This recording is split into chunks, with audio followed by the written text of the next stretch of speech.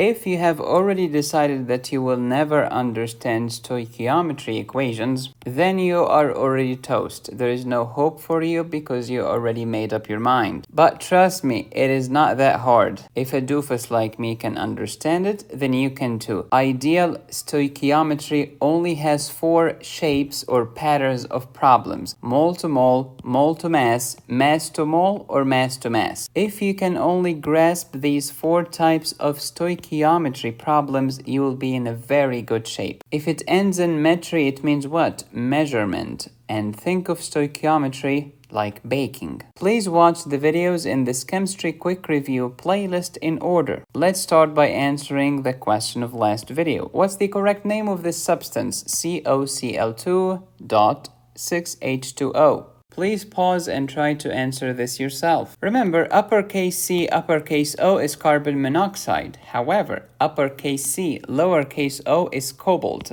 Cobalt followed by chlorine is cobalt chloride, not chlorine, because that's a compound. But do we have more than one type of cobalt? Of course, we have cobalt Roman numeral 2 and cobalt Roman numeral 3. Cobalt 2 is divalent, but cobalt 3 is trivalent. And since chlorine is monovalent, the one is here and not written, cobalt here is divalent because I see 2 here. So this is cobalt Roman numeral 2 chloride. Am I done yet? No. I have 6 waters after a dot. So it's a hydrate. How many water molecules? 6. So this is hexahydrate. So the final answer is cobalt Roman numeral 2 chloride hexahydrate. Hydrates and anhydrous crystals were discussed in the last video with their problems and solutions. Today it's time to talk about stoichiometry. Stoichio means element, which is the most basic form of matter, and metry means measurement. Have you ever heard of the philosophy of Stoicism, which is the exact opposite of Epicureanism? If so, what does it remind you of? Oh, something basic, elemental. Keep it simple. Who knows if anything is good or bad? Epicureanism, however, is the exact opposite.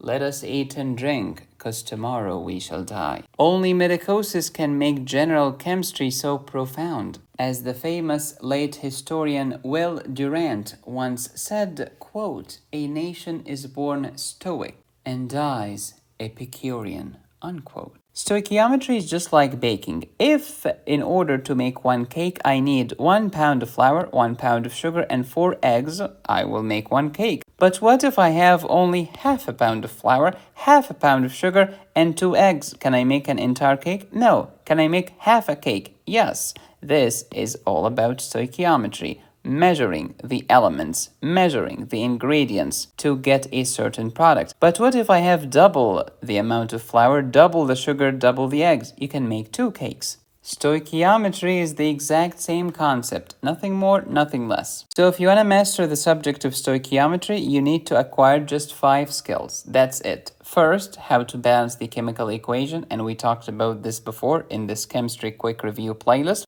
How to figure out the stoichiometric coefficients, and you can only do this after balancing the chemical equation.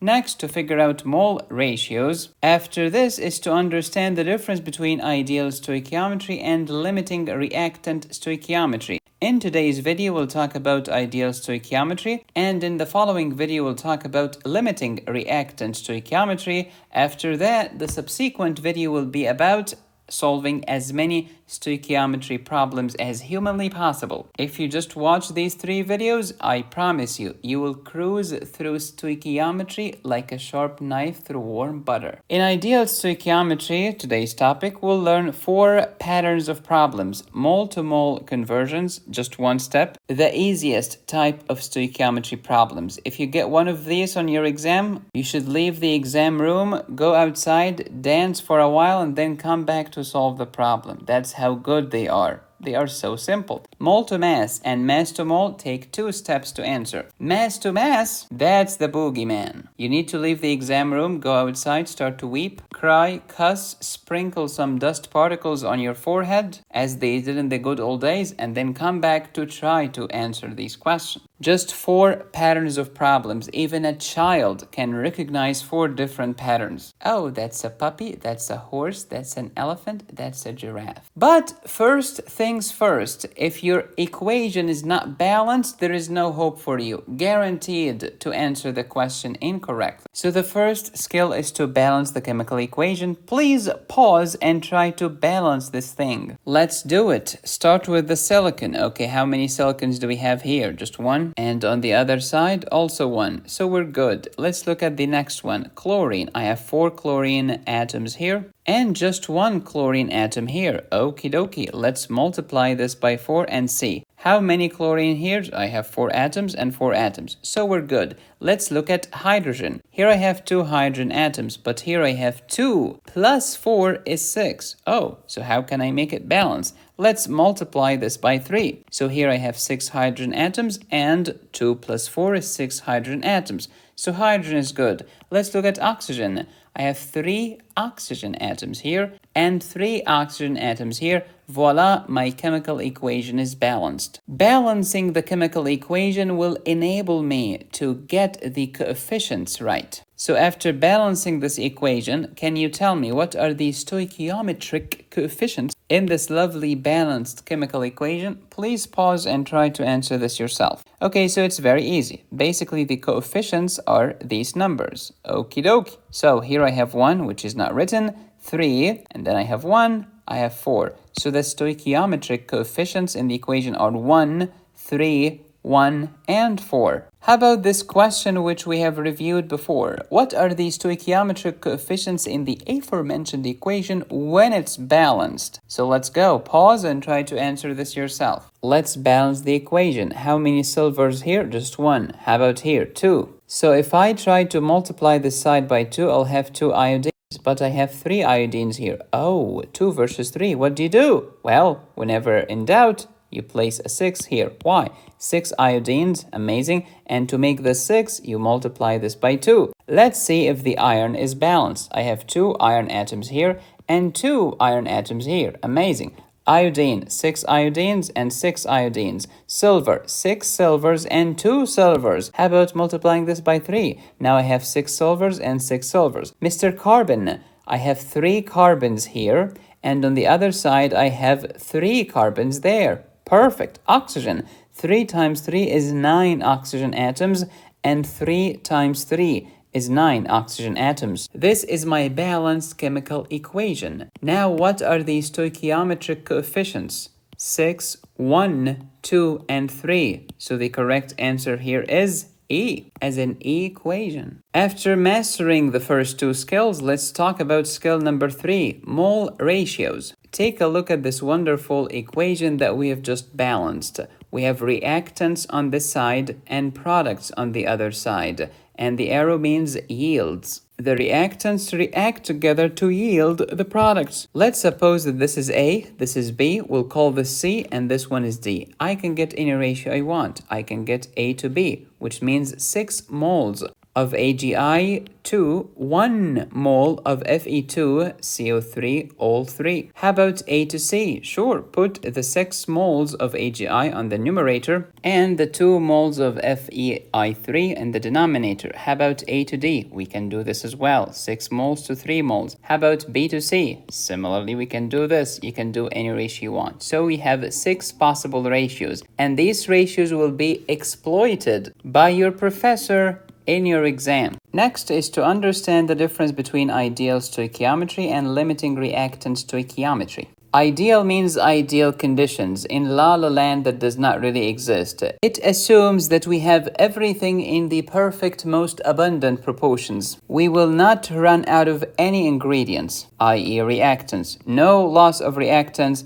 and 100% yield for products. Everything is hunky-dory. However, in reality, most reactions are limiting reactant stoichiometry. Assuming more realistic conditions, not this La La Land, only some reactant molecules go through the chemical reaction and yield not 100% of the product, but we'll assume most of the products. We did not start with enough ingredients. We ran out of one of those reactants first, which limits the amount of the products formed. Example, I expect to make 1 cake, so I want 1 pound of flour, 1 pound of sugar. Okay, I have those. Let's look in my refrigerator. I did not have 4 eggs. I only had 2 eggs. Oh, that's a limiting reactant. With this in mind, do you think I'll be able to make an entire cake? No, you will not make 100% of the cake because your reaction was limited by 1 reactant. Now let's get real. Butyric acid, also known as butanoic acid, C4H8O2, is aerobically metabolized. We'll assume that carbon dioxide and water are the only products. Please write down the balanced chemical equation and the stoichiometric coefficients of each agent. Please pause and try to solve this yourself. Remember from biochemistry, what does aerobic metabolism mean? If you've watched my biochemistry playlist or my biology playlist, you know that aerobic metabolism meaning metabolize something in the presence of oxygen to yield what? Carbon dioxide and water. This metabolism happens every day in your body, but we do not start with butyric acid. Instead, we start with glucose most of the time. And your cells will release carbon dioxide, which you exhale, and water in many forms, such as water vapor, you will exhale this as well, and just good old water, which you will urinate and or sweat, etc. So this is my equation before balancing. Let's balance the equation. Okie dokie, it becomes like this. 4 carbons on this side, 4 carbons on this side. 8 hydrogens on this side. 4 times 2 is 8 hydrogens on this side.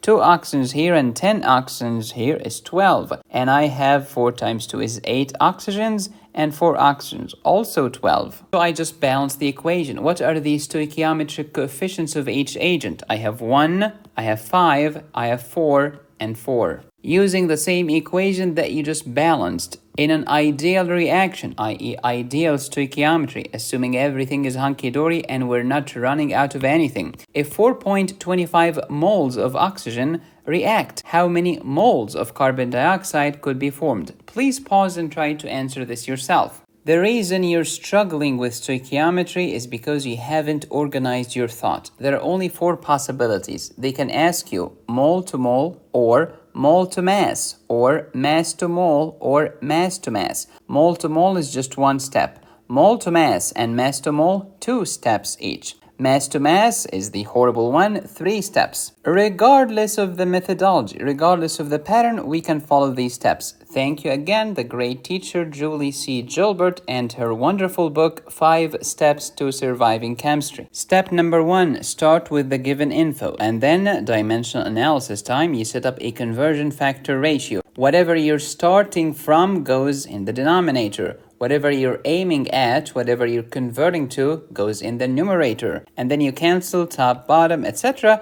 Repeat step number 2 as many times as needed. Sometimes we repeat it once, mole to mole conversions. Sometimes we repeat it twice, mole to mass or mass to mole. And sometimes we do the same thing 3 times, mass to mass problems. Do the math, cancel top and bottom, and then give me your numerical value, and don't forget the measuring unit. We will use these steps to answer and solve this problem. Let's go. 4.5 moles of oxygen react. Then how many moles of carbon dioxide could be formed? Now, do you think this is mole to mass to mole, or mass to mass kind of problem? Let's see. Moles of oxygen and moles of carbon dioxide. This means mole to mole conversion. And if it's mole to mole problem, we only need 1 step. Woohoo! This is easy. So let's follow the methodology. Step number 1, you start with the given. Okay, what's the given? 4.25 moles of oxygen. Okie dokie. And then what? You start to aim at carbon dioxide. So let me set up a dimensional analysis conversion factor ratio. Let me put mole of oxygen downstairs so that I can cancel this with this. I know that by looking at this balanced equation that 5 moles of oxygen here will yield 4 moles of carbon dioxide. Absolutely. So what? Now I can cancel this with this, and my end result will be moles of carbon dioxide, which is what they want. So you just multiply 4.25 times 4 divided by 5. So the answer will be 3.4 moles of carbon dioxide. For the excellent student, we'll look here. 4.25, how many significant figures? 3. So let's add a 0 to make our answer in 3 significant figures. I converted mole into mole. Bingo. And here's the same answer in color. First, you need to balance the equation. Next, you need to recognize that this is mole-to-mole stoichiometry problem, which means just one step. And then dimensional analysis. I start with the given, which is the number of moles of oxygen, and then set up a conversion factor, moles of oxygen downstairs and moles of carbon dioxide upstairs, because the answer has to be in moles of carbon dioxide. You cancel top with bottom, you do the math, 3.4 at the 0 moles of carbon dioxide. Bingo, that's the easiest stoichiometry problem. Let's take it up a notch. Same equation here. If 5 moles of oxygen react, how many moles of carbon dioxide should be formed? Please pause and try to answer this yourself. Are you done? Let me show you how most of you answer this. You said, let's start with the given, which is 5 moles of oxygen. And then I multiply this by, I have to put moles of oxygen downstairs. And I know that 5 moles of oxygen will give me 4 moles of carbon dioxide. And then you cancel moles of oxygen with moles of oxygen, the 5 with the 5. And your end result is 4 moles of carbon dioxide. This is correct. However, you could have saved a lot of time by recognizing that this 5 moles of oxygen is already written here. And since my equation is balanced, the answer has to be this 4 moles of carbon dioxide. Bingo! If your equation is balanced, the 5 moles of oxygen will react with this doofus to give you 4 moles of carbon dioxide. Voila! Chemistry makes so much sense once you understand what the flip you're talking about, instead of just memorizing like a freaking donkey. Forgive my language, just got excited. Here is another question. If 4.25 moles of oxygen react, how many grams of carbon dioxide could be formed using the same equation? Please pause. First order of business, balance the equation. It is balanced. Second order of business, we need to recognize that this type of problem is mole to grams. It's mole to mass, which means 2 steps. Okay, let's go to town.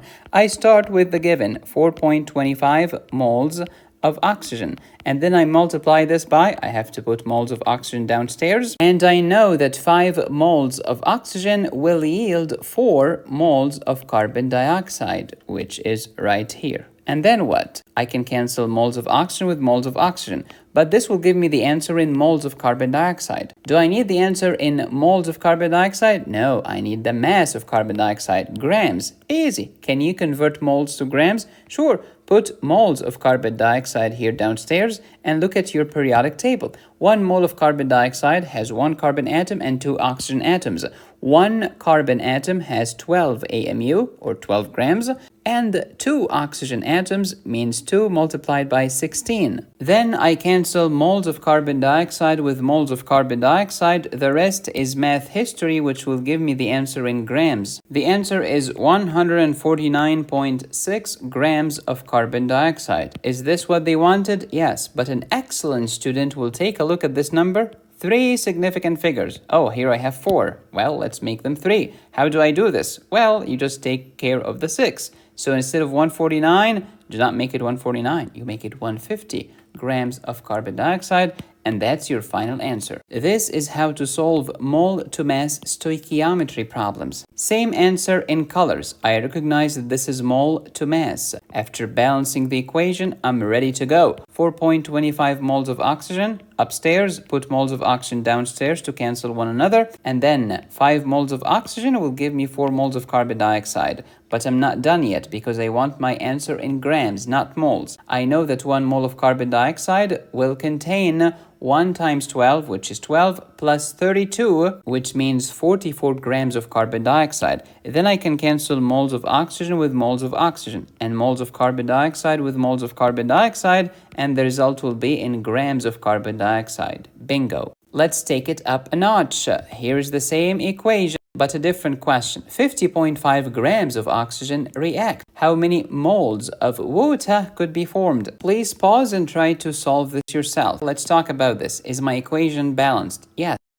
They want grams to moles. Oh, so mass to moles. Also 2 steps. Now I'm ready. Let's go to town. 50.5 grams of oxygen because I start with what I have. Then I put grams of oxygen downstairs in order to cancel grams of oxygen with grams of oxygen. I know that 1 mole of oxygen contains, look at your periodic table, 2 oxygens, 16 and 16. So 32 grams of oxygen. Okay, how can I cancel moles of oxygen? Because if I just go with this, I'll get the answer in moles of oxygen, but they want moles of water. Easy. You put moles of oxygen here downstairs. And you look at the equation. I see here that 5 moles O2 will give me 4 moles of water. Amazing. Then you cancel moles of oxygen with moles of oxygen, and the end result will be in moles of water. Just do the math, and the math will give you 1.26 moles of water. Is this what they wanted? Yes, it is. 3 significant figures, we're done. The answer in color. First, balance the equation. Second, recognize that this is mass to mole conversion, which means it's just 2 steps. Let's go. You start with what you have. Grams of oxygen. Let's put grams of oxygen downstairs to cancel. 1 mole of oxygen has 32 grams of oxygen. And then you put the moles of oxygen downstairs. Look at the equation. 5 moles of oxygen will give me 4 moles of water. Cancel, cancel, cancel, and you get 1.26 moles of water. Yet another question. Same equation, different question. If 50.5 grams of oxygen react, how many grams of water could be formed? Please pause and try to answer this. First, my equation is balanced. Next, grams to grams. So this is mass to mass stoichiometry problem, meaning it will take me 3 steps to complete. Oopsie. We can do this, folks. 50.5 grams O2. I start with what I have. I needed to cancel with grams O2. I know that 1 mole of oxygen from the periodic table contains 16 plus 16, which means 32 grams of oxygen. Now I can cancel grams of oxygen with grams of oxygen. Now what? Do I need the answer in moles of oxygen? No, we still have 2 steps left. What should I do next? I can cancel moles of oxygen with moles of oxygen, so I put moles O2 here. I know from the equation that 5 moles of oxygen will give me 4 moles of water, so I put the 4 moles of water right here. Cancel the moles of oxygen with moles of oxygen. Do I need my answer in moles of water? No, I need it in grams of water. Oh, so moles to grams. I can put moles of water downstairs so that I can cancel it with moles of water upstairs. I know that 1 mole of water contains 2 hydrogens, so 2 times 1 gram from the periodic table, plus 1 oxygen, which means 1 times 16. 2 multiplied by 1 is 2, plus 16 is 18 grams of water. And then everything is cancelled. You just multiply this number by 4. You multiply this by 18 over 32 times 5. And we get the answer of 22.725 grams of water. And they want the answer in grams of water. An excellent student will take a look here. 50.5, 3 significant figures. So I need only 3 significant figures, which means 22.7 grams of water. That's the answer. Same answer in color. Look at the equation. Is it balanced? Yes. Then recognize the pattern. Oh, this is mass to mass stoichiometry problem, which means 3 steps. You start with what you have. And then I know that grams of oxygen can be put downstairs. 1 mole of oxygen has 32 grams of oxygen. Then I can cancel this with this. 1 mole of oxygen has to cancel with moles of oxygen. I know that 5 moles of oxygen will yield 4 moles of water. Then I can cancel 4 moles of water with mole of water. How do I do this? I know that 1 mole of water contains 18 grams of water. Then you cancel grams of oxygen with grams of oxygen. Mole of oxygen, mole of oxygen. Mole of water, mole of water. Your end result will be in grams of water. And this is how to perform the most difficult stoichiometry question, which is mass to mass stoichiometry problem. Mole to mole problems, just 1 step. Mole to mass or mass to mole, 2 steps each, but mass to mass is 3 steps. In this video, we learned how to balance the chemical equation, how to figure out the coefficient of stoichiometry based on the balanced chemical equation, how to figure out the mole ratio, for example, by relating oxygen from the reactants with water from the products. You can also relate the two reactants together or two of the products together. Then we learned that in real life, most reactions are limiting reactant stoichiometry, but today's problem were about ideal stoichiometry, which means we never ran out of anything. In the next video, I'll show you limiting reactant stoichiometry, where you will run out of one of the reactants first, and you will not yield 100% of the products. Can you answer the following question? If the average human body contains 25.00 moles of calcium. Question 1. What's the number of calcium atoms in the average human body? Question 2. What's the number of moles of calcium in a sample that has 5.00 times 10 raised to the 24th power atoms of calcium? Let me know your answers in the comments. And here is another question. Here's the equation. What's the stoichiometric amount in grams of oxygen needed to react with 2.50 grams of aluminum in the aforementioned equation when it's balanced? Let me know your answer in the comments. You'll find the answer key to these two questions in the next video, where we talk about limiting reactant stoichiometry. If you find my videos helpful, please consider buying me a coffee or downloading my notes from my website. I have chemistry notes, biology notes, biochemistry notes, physiology notes, all kinds of notes at medicosasperfectionalis.com. This glorious channel has more than 1,500 free videos plus 300 premium videos if you click the join button and choose the highest tier. Subscribe, smash like, hit the bell, support the channel on Patreon, PayPal, or Venmo. Go to my website to download my notes, courses, and cases, or if you'd like me to personally tutor you. Be safe, stay happy, study hard. This is Medicosas Perfectionalis, where medicine makes perfect sense.